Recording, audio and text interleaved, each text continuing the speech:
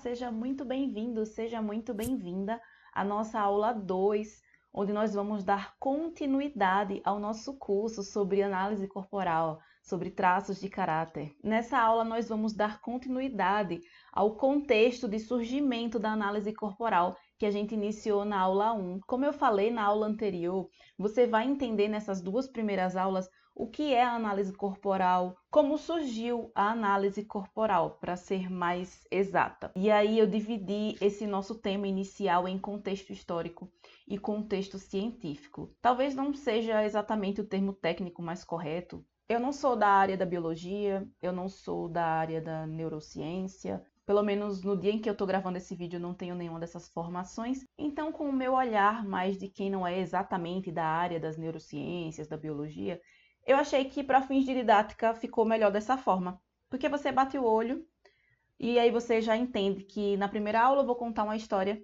e na segunda aula, que é essa aqui, eu vou ser um pouquinho mais técnica. Acho que deu para entender bem o intuito dessas aulas, né? Que é o que importa aqui pra gente. Afinal, o intuito delas é propagar esse conhecimento. Então vamos lá para a nossa aula 2. Tudo começa com um processo que acontece no nosso sistema nervoso chamado mielinização. Isso é um neurônio. Há inúmeros deles espalhados pelo nosso corpo. Neurônios são células especializadas do nosso sistema nervoso que se comunicam entre si através de sinapses, que são impulsos elétricos ou químicos. Dessa forma, eles mandam mensagens uns para os outros e também para outras células, resultando em uma grande rede neural que o cérebro vai usar para sentir e controlar cada mínima parte do nosso corpo.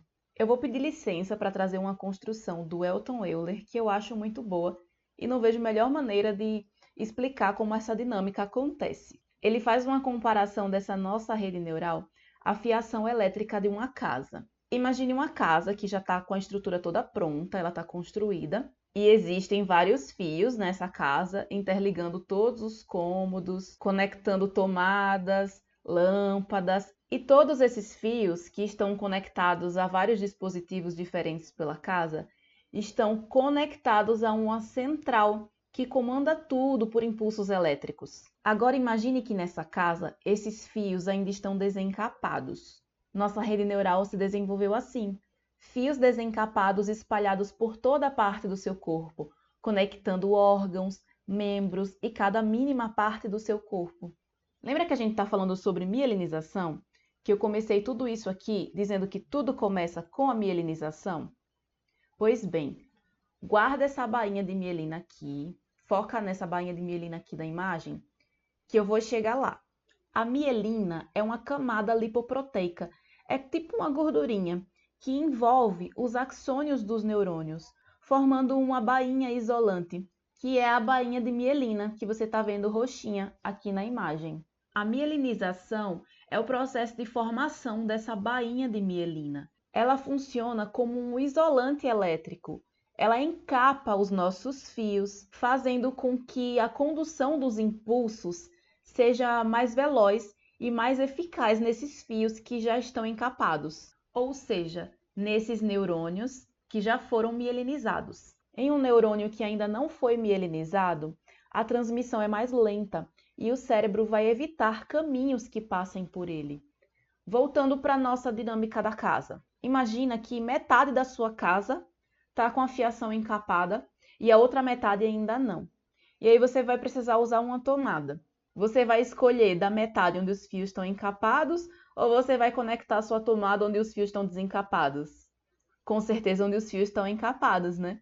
No nosso cérebro acontece da mesma forma. Na nossa próxima imagem, a gente tem representações da nossa medula espinhal, logo abaixo do nosso cérebro. Percebe como ela conecta o cérebro como uma espécie de cabo que liga ele a essa estrutura base do nosso corpo? Quando nós nascemos, essa estrutura básica do nosso sistema nervoso já está formada.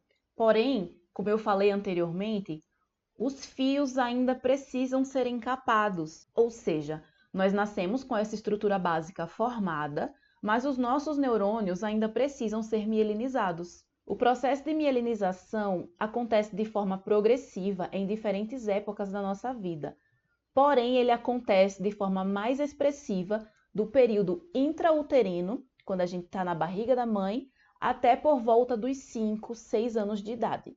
Esse processo acontece gradativamente e ele acontece de cima para baixo. É por isso que o bebê nasce todo molinho, e aí ele vai primeiro ganhando força no pescocinho, no tronco, nos bracinhos, nas mãozinhas, para primeiro começar a sentar, para depois ele ir ganhando força e sensibilidade nas perninhas, para começar a andar. E aqui entra um ponto-chave importantíssimo. O processo de mielinização está intimamente ligado às experiências vividas. A criança vai receber estímulos ambientais e o corpo vai processar e responder a esses estímulos. A partir da interação com diferentes tipos de ambientes, ela vai aprender maneiras de sobreviver a esses ambientes. A partir da percepção da criança, guarde bem essa palavra, percepção, você ainda vai ouvir muito ela por aqui. Então, a depender da percepção da criança a esses estímulos externos, em resposta a esses estímulos, a mielinização vai acontecer com mais intensidade em algumas partes do corpo e com menos intensidade em outras partes do corpo, gerando mais caminhos neurais nessas partes que forem mais mielinizadas e menos caminhos neurais nessas partes que forem menos mielinizadas. Então, vai ter mais caminhos neurais onde tiverem mais fios encapados. Isso significa que as partes da nossa rede neural onde tiverem mais fios encapados vão ter um maior número de sinapses e vão ser usadas de forma mais intensa. Existe um processo natural do nosso cérebro chamado poda neural. Esse processo reforça os circuitos que são utilizados com mais frequência, formando memórias, enquanto que os circuitos que são pouco utilizados acabam sendo desativados. Então, lá na sua primeira infância, quando o seu corpo, seu sistema nervoso estavam se desenvolvendo em conjunto, dois fatores contribuíram para o desenvolvimento do seu corpo. O fator interno, que é a sua carga genética, e o fator externo, que vem dessa interação com os ambientes. E essas memórias que o seu sistema nervoso armazena vêm principalmente de momentos marcantes e de momentos dolorosos, traumáticos. Por quê? Você estava aprendendo a sobreviver. Então, o que o seu sistema nervoso julgou como uma ameaça, como algum tipo de perigo à sua sobrevivência, ele registrou para te fornecer recursos para evitar que você passasse por aqueles momentos novamente. E aqui nós podemos fazer uma relação entre a análise corporal e a bioenergética de Lowen, onde ele trouxe que nessa fase as dores estão associadas a padrões de tensões neuromuscular, que estruturam o formato corporal, associando-se a 5 traços de caráter. A forma como você percebeu a vida acontecendo à sua volta, enquanto o seu sistema nervoso estava sendo mielinizado, desenvolveu em você 5 traços de caráter que moldaram não só o formato do seu corpo, como o seu modo de pensar, sentir e agir, ou seja, o seu modo de funcionamento. Corpo, mente e história estão interligados,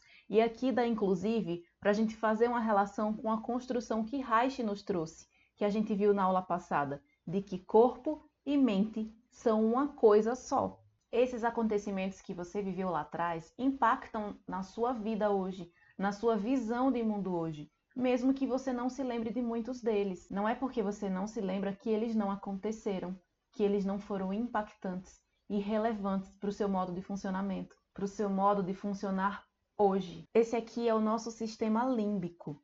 Ele é formado de vários subsistemas e, dentre outras funções, ele participa ativamente da formação e consolidação de memórias. Eu circulei aqui o hipocampo e a amígdala cerebral porque a gente vai passar rapidamente por essas duas partes do sistema límbico para que você tenha uma noção do porquê que a gente não consegue acessar essas memórias e porque ainda assim elas são tão importantes na nossa vida hoje. Os nossos diferentes tipos de memória são armazenados em diferentes sistemas do nosso cérebro.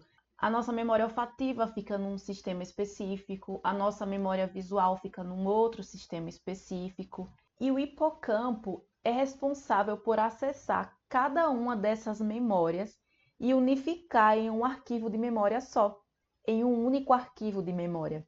É por isso que uma memória tem cor, tem cheiro, tem sabor, tem som, tem textura. Eu, por exemplo, tive uma avó confeiteira e até hoje eu tenho as memórias sensoriais do cheirinho do bolo, do som da batedeira industrial, do sabor daquela casquinha da barriguinha do bolo que ela tirava e eu adorava comer.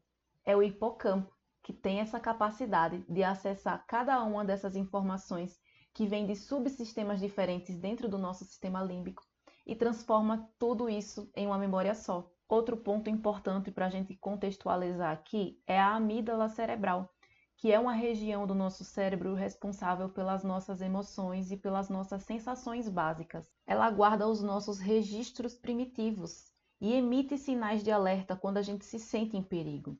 É ela quem dispara aquele coquetel hormonal pelo nosso corpo quando a gente se sente em perigo, gerando a famosa sensação de luta ou fuga. Ela faz essa conexão do nosso emocional, da nossa percepção de que algo que aconteceu está prestes a se repetir, ou de que a gente está diante de uma situação de perigo e prepara o nosso corpo para agir, para ter uma reação física, emocional e físico. Percebe? As suas memórias sensoriais vêm de informações que o seu hipocampo consegue acessar. Só que quando você estava lá na barriga da sua mãe, quando você nasceu, esse hipocampo ainda não estava pronto, ele estava sendo mielinizado, mas já existia um mundo acontecendo ao seu entorno e você percebia as situações acontecendo à sua volta, você sentia, você interpretava as situações que aconteciam no seu contexto familiar, em toda uma vida já existindo ao seu redor. Seu hipocampo ainda não estava pronto para que fosse possível acessar essas memórias, mas elas já estavam sendo registradas em várias partes do cérebro, em várias partes do seu sistema límbico. É importante você entender que existe uma diferença entre você ter uma memória, saber que tem essa memória, conseguir acessar essa memória e entender que ela afeta a sua vida hoje de alguma forma, de você ter uma memória, não conseguir acessar essa memória e por conta disso achar que ela não existe, sendo que esses registros existem no seu sistema límbico e interferem diretamente na forma como você se comporta hoje, na forma como você vê o mundo e as suas relações, mesmo que você não se lembre. Você é quem você precisa ser e isso não vai mudar. Seu modo de funcionamento não vai mudar, porque está mielinizado no seu sistema nervoso, está mielinizado no seu corpo, está conectado às suas emoções, às suas memórias. Vou repetir, você é quem você precisa ser. E o que isso quer dizer? Quer dizer que você funciona bem de um jeito e não funciona bem de outro.